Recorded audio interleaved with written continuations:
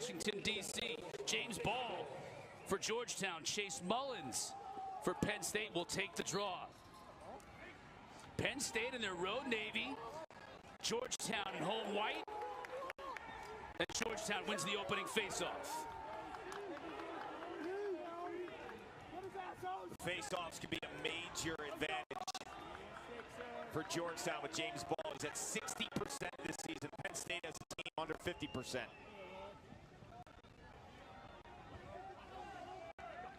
Georgetown making their substitutions. That's for Darrow, Knight taking the early lead.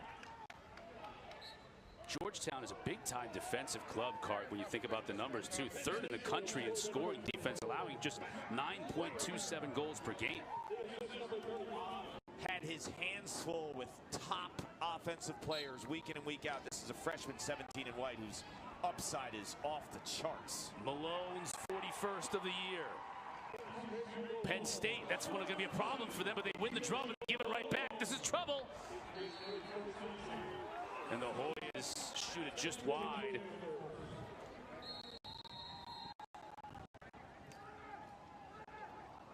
As the ball heads back to Penn State offensively, the matchup to watch is TJ Malone, who just scored 7 in blue against 17 in white. Ty Banks, just a freshman. He is one of the future stars. He's got a problem. You know, if he can't hit his mortgage one month, it's because he's buying too many shoes. Right. Always hiding him from the wife. Penn State showed pretty good prowess at the face-off dot. We thought this might be a little bit of a mismatch here as you talk about Mullins and James Ball, and the success Ball has had the transfer from Yale this year coming in at 60%. But right now, Mullins and Penn State hanging in there. Penn State can throw two different guys at you, too. You have Mullins' ability. But the stage right now is huge. Big East Freshman of the Year. 2 years in a row, Georgetown's been able to get the Freshman of the Year award. Last year it went to Patrick Krogan, so both those players in action today. And we mentioned at the top, too, 6-time defending Big East champion, Georgetown Hoyas. That is remarkable. Let's go, Kevin! And they probably needed to win the Big East this year to... A little bit too much. That is a productive shot from a deception standpoint, because you catch that ball high. Anderson Moore is thinking that you're just going to shoot the ball right away. You throw the ball between your legs there. A goaltender has no idea in terms of the trajectory of the shot, the release points, and it's moving so fast. And it's not something you can plan. When you score a goal like that, that is hours and hours with your stick in your backyard, being creative and understanding that. Cotter, in the beginning of the season, I didn't like replay. I thought it should be just employed in the playoffs, in the NCAA tournament. But I think the refs, and I think the way that it kind of matured throughout the course of the year, it hasn't slowed the game down. It's been, I think, utilized right. Yeah, I think the key to what you said there, Kark, was the way it kind of has matured throughout the course of the year. The officials have figured out in their own lane kind of when and where to look at it, how quick to look at it, and it hasn't slowed the game down. And especially now,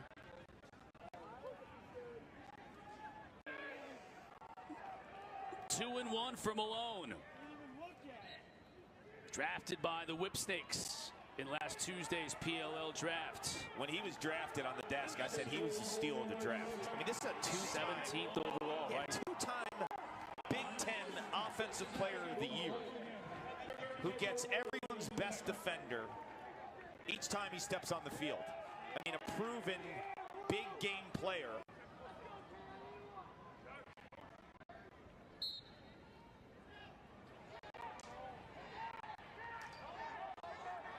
Ball still free. Penn State picks it up. Chase Mullins is holding his own all afternoon with James Ball. And that's been a storyline.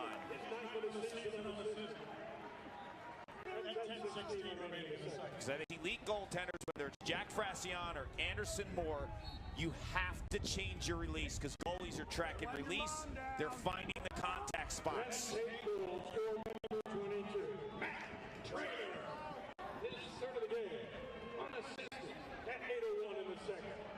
Hoyas with the clear after getting possession.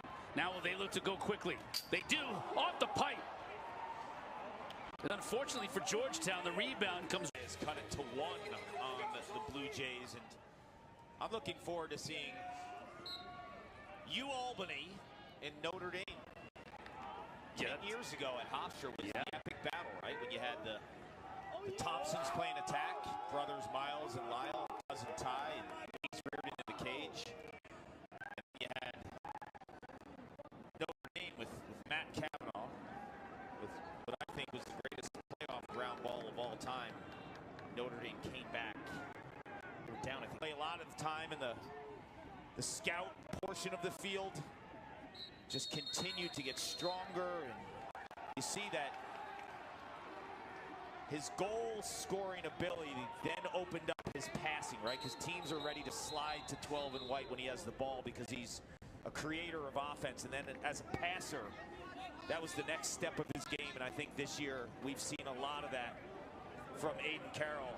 There's over 20 assists to go with over. Georgetown, for most of this first half, they've been outplayed thoroughly by Penn State, but now only down 3 goals.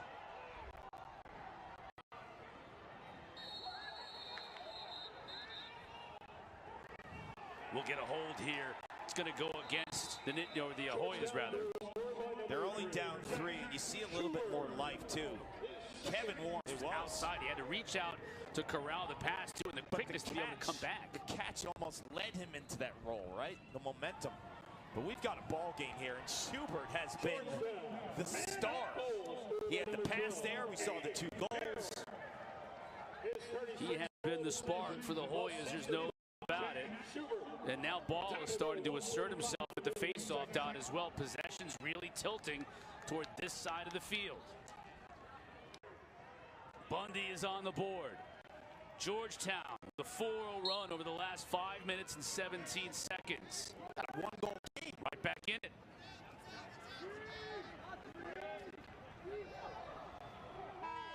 Horn sounds to end the first half of play. Coach has really taken over this face-off circle now. He and Mullins have been battling all day long, and just when I say that, Mullins comes out of there with it, so that's a big face-off win for him personally and for the Nittany Lions. See the strength of Mullins? Want to welcome. Lead back up to 2 for Penn State. First goal in over 11 minutes of game time for the Nittany Lions. If you're joining us late because you were watching the Hopkins-Lehigh game, the first quarter of this game, we thought Penn State was going to blow the doors off at Georgetown. Georgetown responds. Now Penn State finally hitting the back of the net after a big drought. And winning a couple of draws here to start this second half. Opponents typically don't have that full scout that they would have on an Aiden Carroll or a Graham Bundy Jr. or an Alexander Vardaro. They're able to be difference makers. Penn State has won all 3 draws to start this second half. And more bad news for Georgetown as James Ball comes up holding his ankle, or high ankle maybe, off the draw.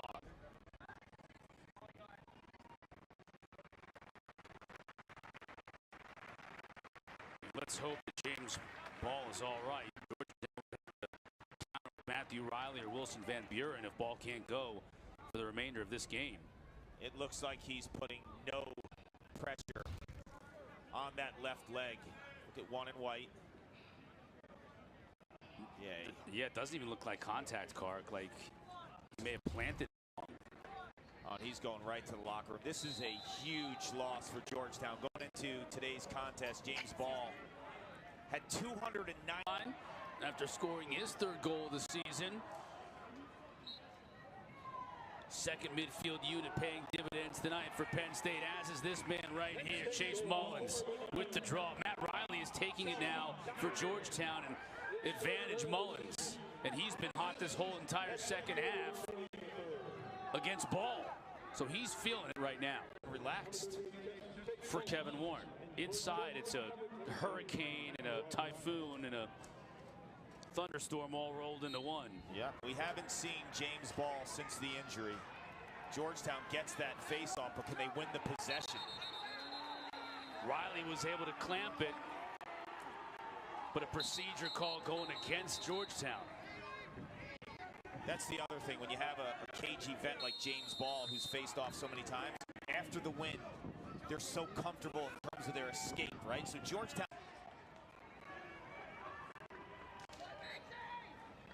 That's Banks' first career goal as the freshman finally finds the back of the net. Probably won't be his last. He's had a great freshman season here for Georgetown. Had some knuckleball to it, didn't it? Called a timeout, really lit into his players, and they've been a different team ever since. I'd turn it around if he was yelling at me too. He has a way of doing that with his team. And the reason being is when he gets to that level, it means something because each and every one of these players know that he loves his team. Way though on review, so Penn State will lose a timeout, and Georgetown has the lead. Penn State has one goal in the last almost 17 minutes of game time here in this game. It has been a furious comeback for the Hoyas. When you watch that first quarter, they look like a completely different team. They counter that run right now. They've got to find a way. Now down 2 goals. No James Ball. Penn State has to dominate faceoffs for the remainder of this game. And they win this one. Plenty of time.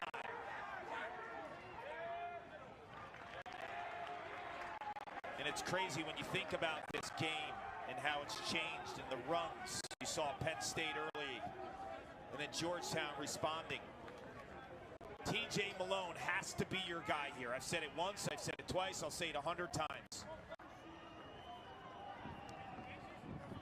The Hoyas will head to Hempstead, and they'll take on the winner of Notre Dame and UAlbany, which comes up next here on ESPNU.